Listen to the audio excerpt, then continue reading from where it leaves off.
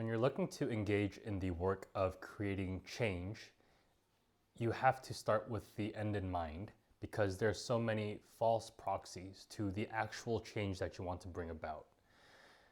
So a classic example of this is with advertising funnels. At the top, you have awareness. Then from there, we try to generate something like clicks.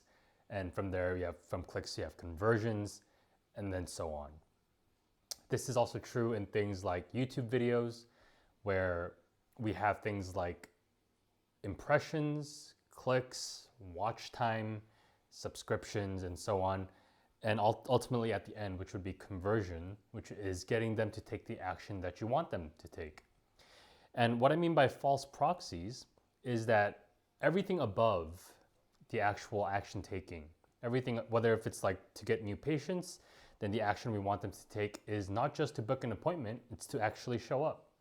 If it's to get them to make a certain behavior or take a certain behavior because they watched your YouTube video, the false proxy, the action we want them to take is whatever it is that we want them to take. And the false proxies would be watch time, how many impressions, how many clicks you got, and so on.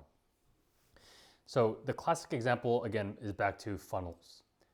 Let's say we want to make sales. We want to get people to put something in their cart and purchase that item.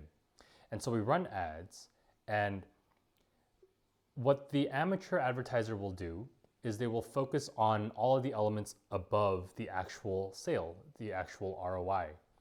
And so at the click level, they will do things to increase clicks.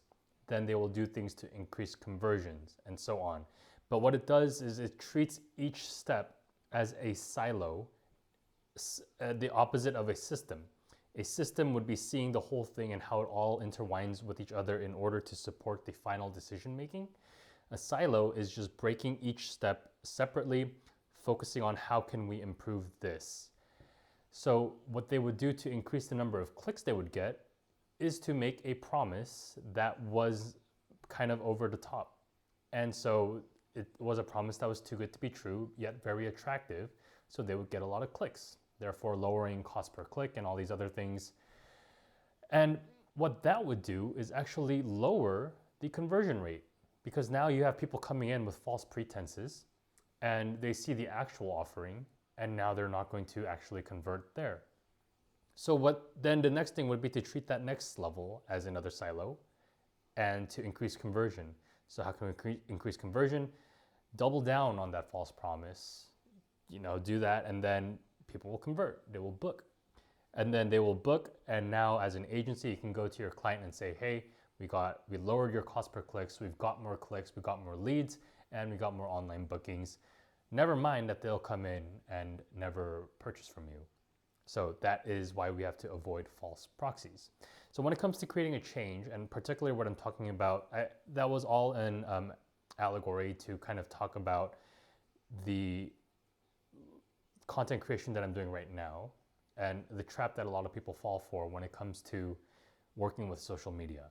They think of content creation as a way to get attention, and attention is at the top of the funnel. They see content creation in this individual silo, so they will focus on all the tactics of getting as much attention as possible.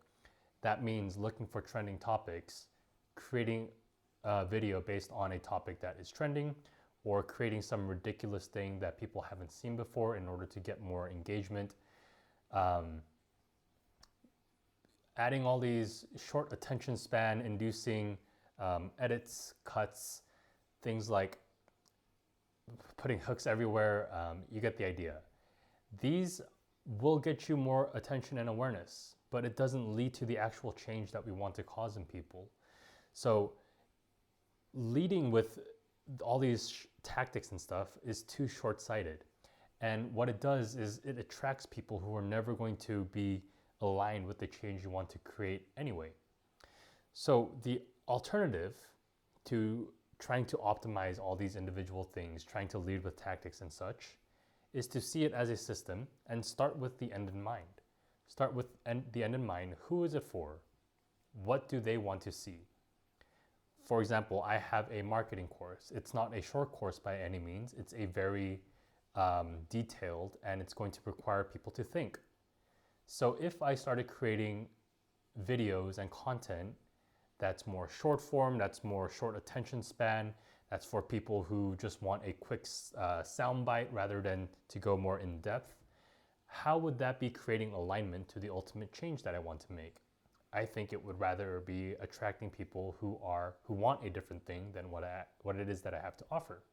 Whereas if I make more of these longer form, zero edits, well, I do edit the intro and the outro, but zero cuts, no like bling bling, like attention grabbing stuff, then I attract an audience who is more willing to sit in front and learn more deeply rather than look for more breadth and more doom scrolling and so on. So who is it for? What is the change you want to cause? Start with there. What is the change you want to cause? Who is it for? And how can you align all the elements such that it creates a pathway to the change that you intend for them? We see funnels. It was the traditional way of looking at these conversion optimizations and things like this, how to get people to take action from a data-centric point of view. But the problem with that data-centric point of view, again, is that silo approach where we can only optimize one variable at a time. And so the process often gets lost and it loses sight of the actual ultimate goal that we want to take. For most of the part, there's ways to do it that isn't. But so what I'm trying to advocate that you do instead is when you want to create a change in people, when you want them to take an action that they normally wouldn't have without your influence, then you have to really start with, you can't just get their attention and then hope that they take the rest of the steps. Or you can't just get their attention and optimize one more bit and hope they take the rest of the steps. The entire thing and the entire journey has to be laid out. And it tends to help if you start from the end, start with the end in mind. Start with the end, work backwards.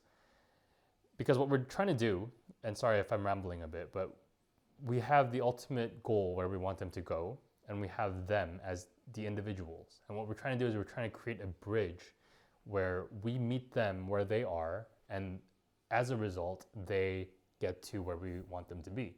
So Stephen Covey's habit of seek first to understand, then to be understood. Start with the end in mind. Where are they? How can we help them? Those specific individuals, not general.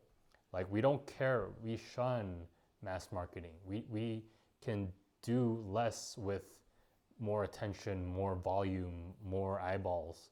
We don't need that if it's not going to be in service of the change that we want to bring for people.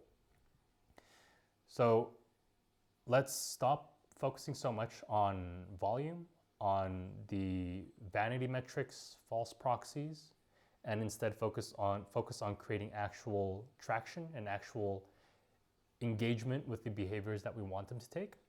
And to design this pathway, this decision-making pathway, to ultimately choose the behavior that you want them to take in such a way where it starts with the change first, understanding them and everything that they're going to need in order for them to make the decision in alignment with what you want them to do. All right, thanks.